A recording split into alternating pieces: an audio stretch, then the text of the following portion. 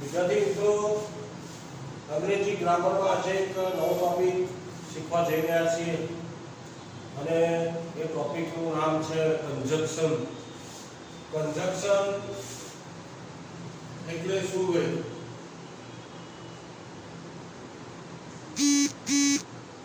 સંયોજકો. શું કહેવાય ભાઈ? સંયોજકો. અને આ ટોપિક ધોરણ 9 થી માંડીને 12th સુધી કામમાં આવેલ છે. બરાબર? ભાઈ ધોરણ 9 થી 12 અંગ્રેજી ગ્રામર અને પણ ટોપિક છે કન્જક્શન. કન્જક્શન એટલે શું ભાઈ? સંયોજક.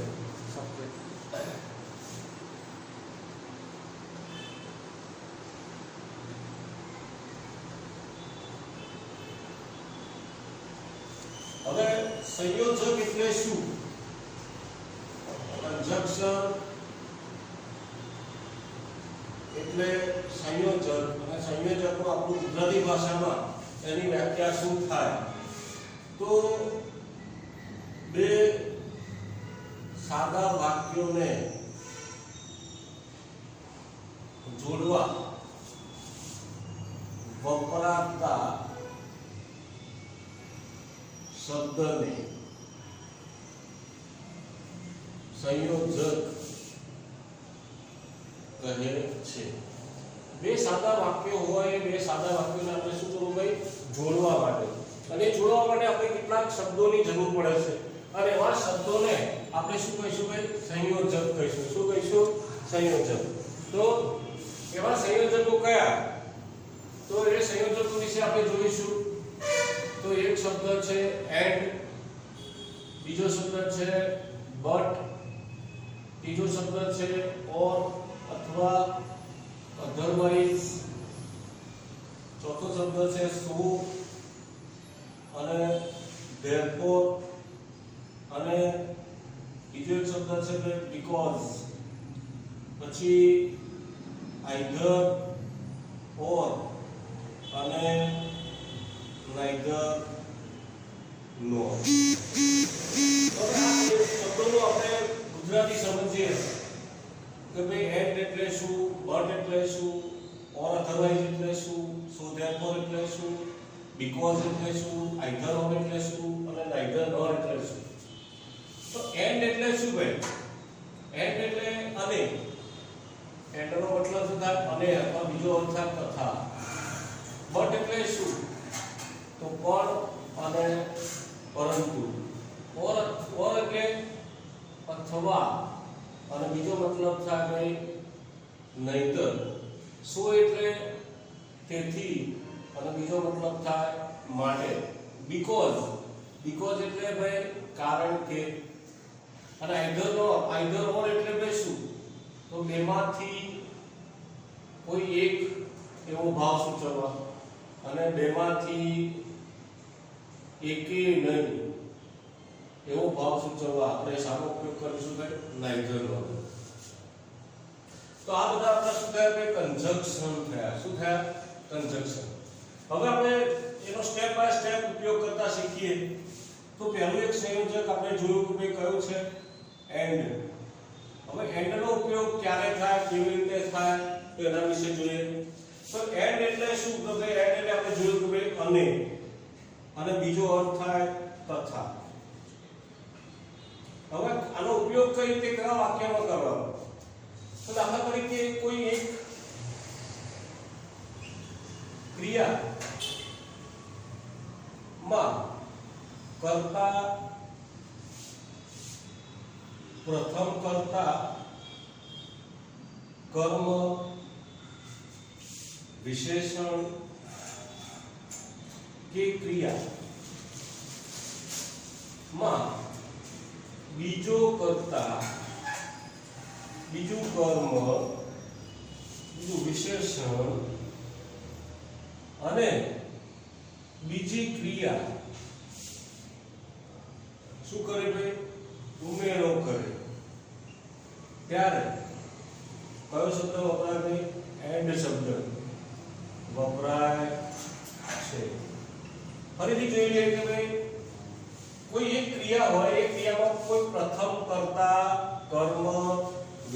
વિશેષણ કે ક્રિયા કોઈ બીજો કર્તા કે બીજું કર્મ કે બીજું વિશેષણ કે બીજી ક્રિયા જ્યારે ઉમેરો કરે ત્યારે આપણે શાનો ઉપયોગ કરીશું ભાઈ એન્ડ શબ્દનો ઉપયોગ કરીશું. દાખલા તરીકે આપણી જોડે બે વાક્યો છે. બે વાક્યો સમજીએ કે સુરેશ બજારમાં ગયો. સુરેશ બજારમાં ગયો. તેણે કેટલીક ચોપડીઓ ખરીદી. હવે જોડે બે વાક્યો છે કે સુરેશ બજારમાં ગયો, તેણે કેટલીક ચોપડીઓ ખરીદી. તો એક ક્રિયા શું છે ભાઈ? સુરેશ બજારમાં ગયો. એમાં બીજી ક્રિયા ઉમેરો કરે છે. ત્યાં જઈને એણે શું કર્યું ભાઈ? ચોપડીઓ ખરીદી. તો અહીંયા આપણે લખી શકીએ કે ભાઈ સુરેશ ગયો એટલે ભાઈ ભૂતકાળ. આપણે કાળ શીખી ગયા છીએ. તો went to શું થશે ભાઈ? Market. Suresh went to market. એણે કેટલીક ચોપડીઓ ખરીદી એટલે he bought some books. હવે આપણે આને શું કરીશું ભાઈ? કંજક્શન વડે જોડીશું. કંજક્શન કયું ભાઈ? એન્ડ. કંજક્શન કયું હશે?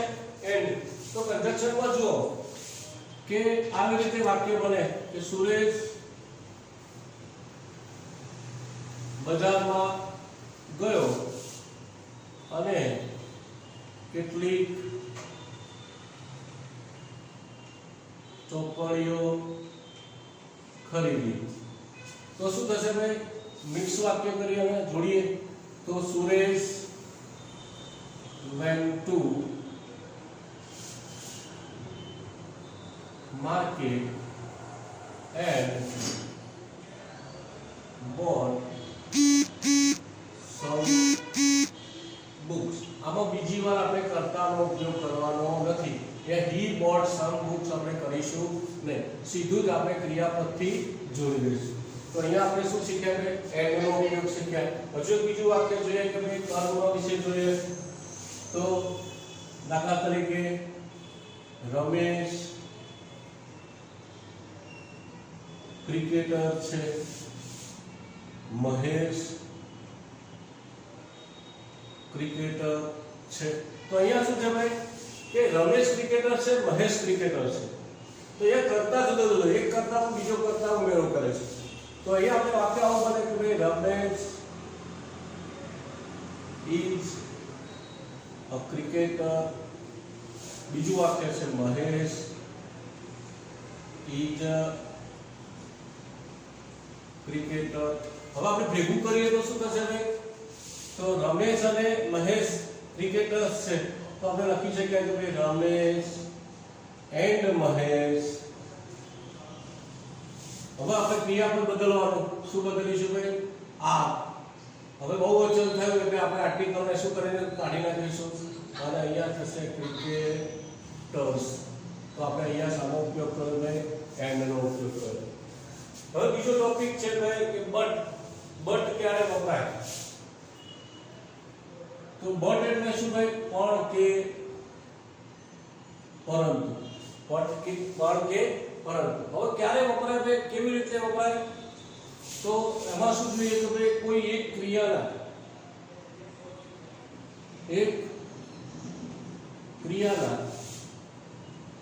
અનુસંધાનમાં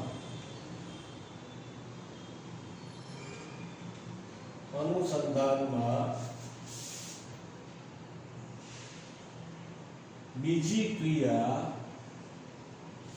કેવી હોય ભાઈ? વિરોધી હોય. ત્યારે આપણે શું વાપરીએ ભાઈ? બટ વપરાય છે. તો બટ ક્યારે વપરાય? તો કોઈ એક ક્રિયાના અનુસંધાનમાં જ્યારે બીજી ક્રિયા હોય, બીજી ક્રિયા કેવી હોય? વિરોધી ભાવ બતાવતી હોય. કેવો ભાવ બતાવતી હોય? વિરોધી. અને વિરોધી ભાવ બતાવતી હોય ત્યારે આપણે ક્યારે વખતે આપણે કયા સંયોજકનો ઉપયોગ કરીશું? બટ સંયોજકનો ઉપયોગ કરીશું. દાખલા તરીકે જોઈએ તો તેને સખત મહેનત કરી. તે પરીક્ષામાં નાપાસ થયો, ત્યારે સખત મહેનત કરી, પરીક્ષામાં નાપાસ થયો. તો અહીંયા જો આ ક્રિયાના અનુસંધાનમાં બીજી ક્રિયા વિરોધી ભાવ આવે છે. મહેનત કરવા છતાં પણ શું થયું? એ નાપાસ થયો.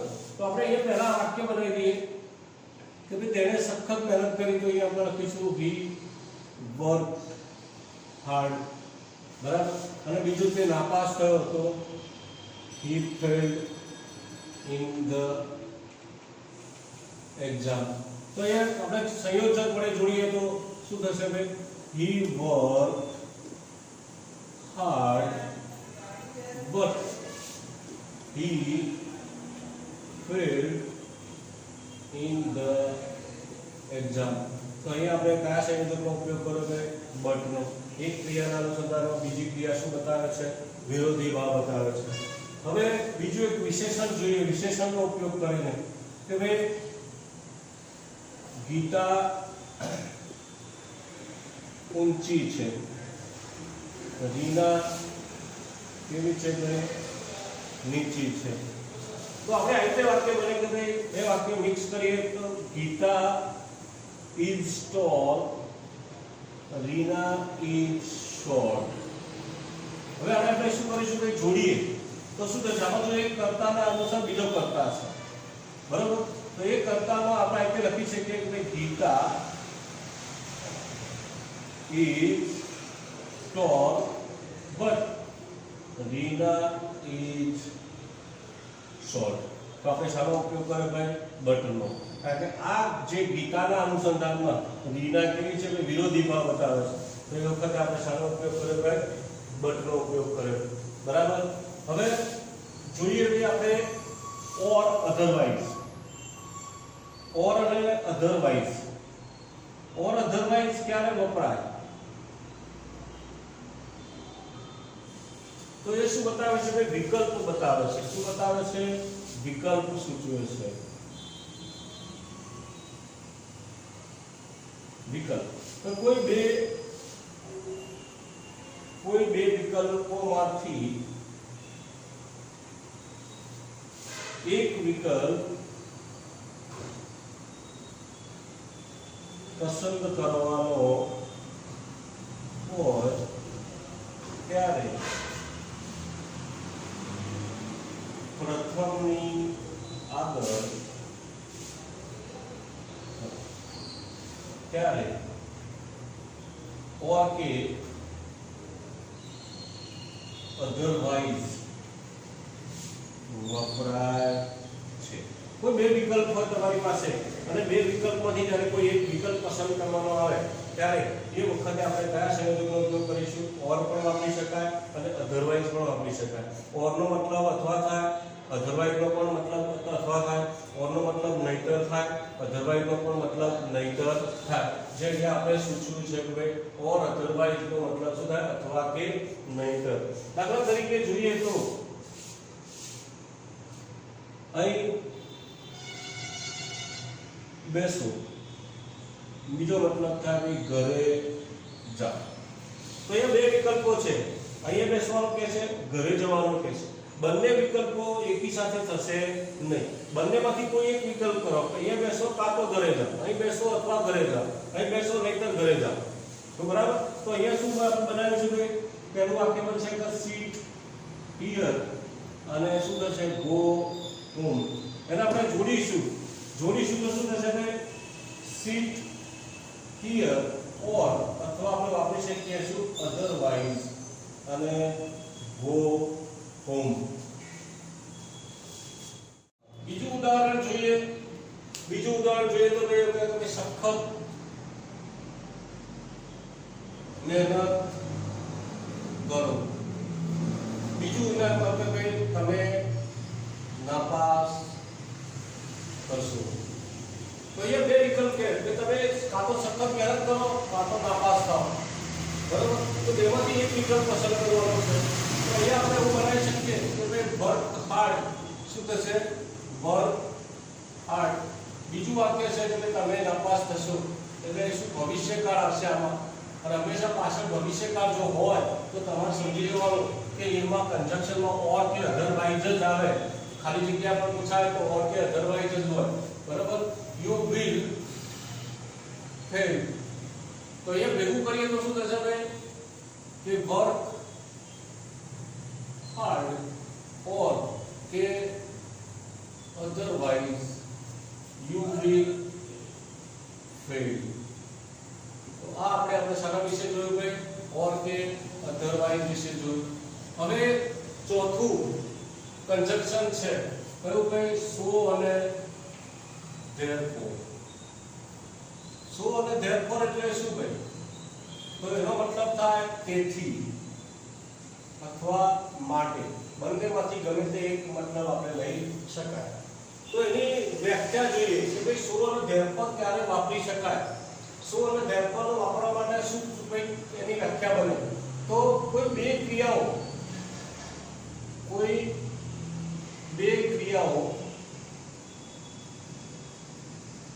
ના અનુસંધાન બીજી ક્રિયા પ્રથમ ક્રિયાનું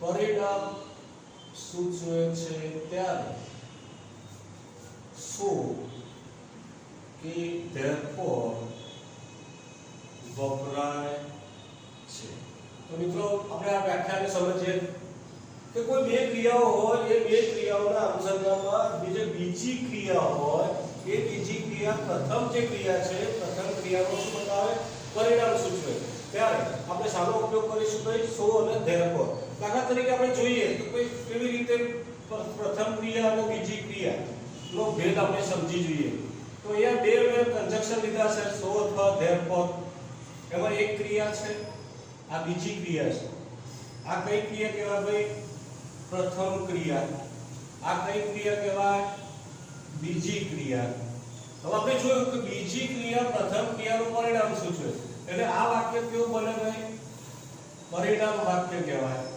અને આ વાક્ય પરિણામ આવે તો પરિણામ ક્યારે આવે તો કારણ બને તો અહીંયા આ વાક્યને શું કહીશું ભાઈ કારણ વાક્ય કહીશું શું કહીશું એને કારણ વાક્ય આનો મતલબ શું થયો કે તેથી અને માટે તો વાક્ય જોઈએ કે ભાઈ તે ઝડપથી દોડ્યો બીજું વાક્ય તે પડી ગયો તો આપણે જોયું કે ભાઈ તે પડી ગયો તો એનું કારણ શું ઝડપથી દોડ્યો તો આ કારણ થયું અહીંયા તે ઝડપથી દોડ્યો એ કારણ હતું એટલે એનાથી પરિણામ શું આવ્યું તે પડી ગયો તો આ શું થયું પરિણામ વાક્ય આ શું થયું કારણ વાક્ય થયું તો આપણે વાક્ય બનાવીએ કે ભાઈ he ran fast અને he fell down ભાઈ fall એટલે પડી જવું અને એનું ભૂતકાળ શું થાય ભાઈ ફેલ એટલે પડી ગયો ગઈ તો અહીંયા શું થશે ભાઈ he fell down તો મિક્સ વાક્ય કરીએ તો શું થશે ભાઈ કે he ran fast so અથવા તમે therefore પણ વાપરી શકો therefore he fell down આની અંદર તમે because પણ વાપરી શકો શું વાપરી શકો ભાઈ because અને because એટલે શું ભાઈ કારણ કે because એટલે કારણ કે તો આની અંદર શું થશે કે બે ક્રિયાઓમાં શું ડિફરન્સ થશે તો આ જે પરિણામ વાક્ય હતું એ પરિણામ વાક્ય આપણે ક્યાં લઈશું આગળ લઈશું અને કારણ વાક્ય ક્યાં લઈશું પાછળ તો હવે આપણે આ વાક્યને આપણે બનાવવું છે તો આ વાક્યને આપણે બનાવીએ તો શું થશે કે ભાઈ he fell down he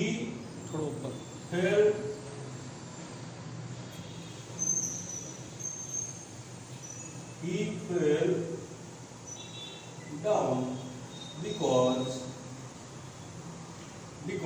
so he શું થશે ભાઈ because he ran fast તો આપણે વાક્ય લખી શકાય છે કે તે પડી ગયો કારણ કે તે ઝડપથી દોર્યું. તો મિત્રો આજે આપણે કન્જક્શન વિશે વાત કરી. નેક્સ્ટ લેક્ચરમાં આપણે આઈધર ઓર નાઈધર નોર વિશે વાત કરીશું. જો આ વિડીયો આપણને ગમે તો લાઈક કરજો, શેર કરજો, સબસ્ક્રાઇબ કરજો. Good morning, by.